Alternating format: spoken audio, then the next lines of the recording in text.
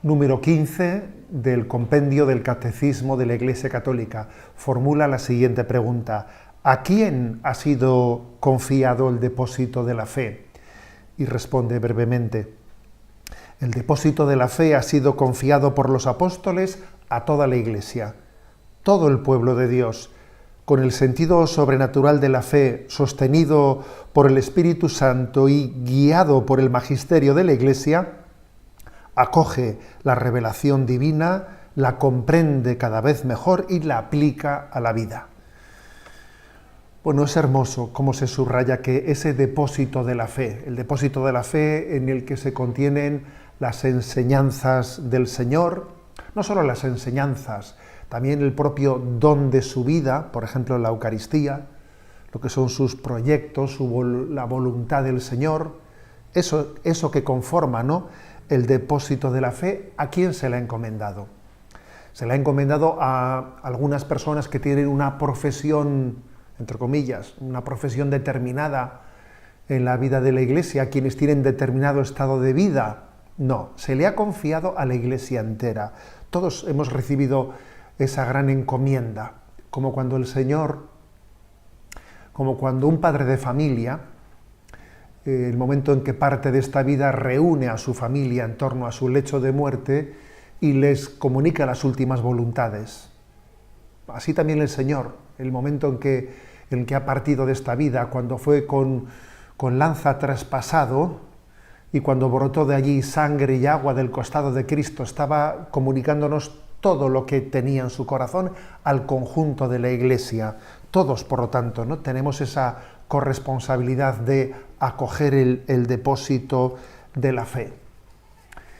Quizás esto es especialmente importante subrayarlo en nuestros días, porque a veces pues los laicos, los seglares o muchos sectores, ¿no?, de la vida de la Iglesia no tienen conciencia de ser también ellos, haber recibido la encomienda de cuidar el depósito de la fe.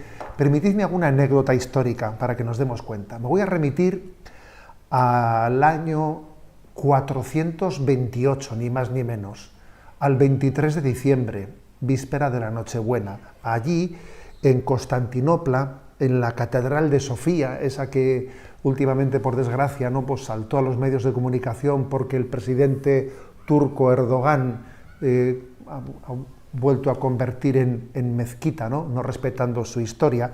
En aquella catedral de Constantinopla, fijaros, en el año 428, allí pues aconteció que, habiendo un predicador llamado Proclo, que hablaba de Santa María como Madre de Dios, resulta que el patriarca, que se llamaba Nestorio, este patriarca Nestorio replicó al predicador, diciendo que a María, a Santa María, no se le podía llamar Madre de Dios. Y allí se originó, en aquel día, una gran controversia en aquella gran basílica. Y hubo un seglar, un laico, un abogado llamado Eusebio, que poniéndose en pie encima del banco, replicó al patriarca, reivindicando para María, ¿no?, el título de Santa María, Madre de Dios, y recordando que el Verbo eterno de Dios había nacido por segunda vez en el seno de la Virgen María, que desde toda la eternidad como Dios había sido engendrado, ¿no?, del Padre, pero que había nacido en el tiempo, tomando carne de la Virgen María, en María, y por lo tanto era Madre de Dios. Y allí se originó una gran controversia en la vida de la Iglesia. Y 3 años más tarde se celebró el concilio de Éfeso, en el que los padres de la Iglesia proclamaron que Santa María era Madre de Dios, y todo el pueblo de Dios con antorchas encendidas rodeó aquel lugar en el que los padres conciliares se habían reunido para proclamar esa fe en que Santa María era Madre de Dios. Y fijaros, ¿no?, 2 años y medio antes, como aquel abogado Eusebio él siendo consciente de que él también había recibido el depósito de la fe y que él tenía tanta responsabilidad como cualquiera para defenderlo, había puesto en marcha había puesto en marcha aquel concilio de Éfeso en el que se proclama que Santa María es Madre de Dios. Bueno, es una anécdota histórica, para que entendamos cómo el pueblo entero estamos llamados a tener conciencia de que la fe es un tesoro, que ha nacido del corazón de Cristo, y tenemos que luchar como oro en paño, ¿no? Para guardarlo como oro en paño para que no se pierda ese depósito. Dice el número 15,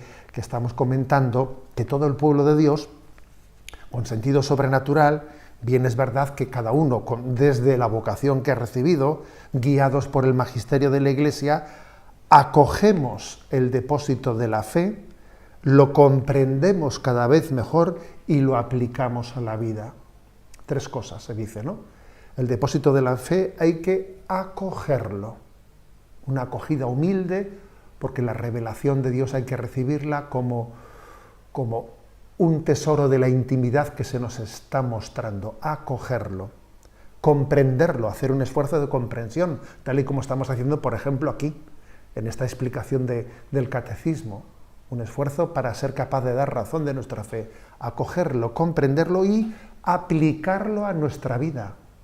No somos meros espectadores como a quien le explican unas teorías que están fuera de nosotros. No, aplicarlo a nuestra vida, aplicarlo. El depósito de la fe, si únicamente está informando a nuestra razón, pero no ha llegado a empapar nuestra voluntad y a transformar nuestros hábitos de vida, no está el depósito de la fe suficientemente bien acogido.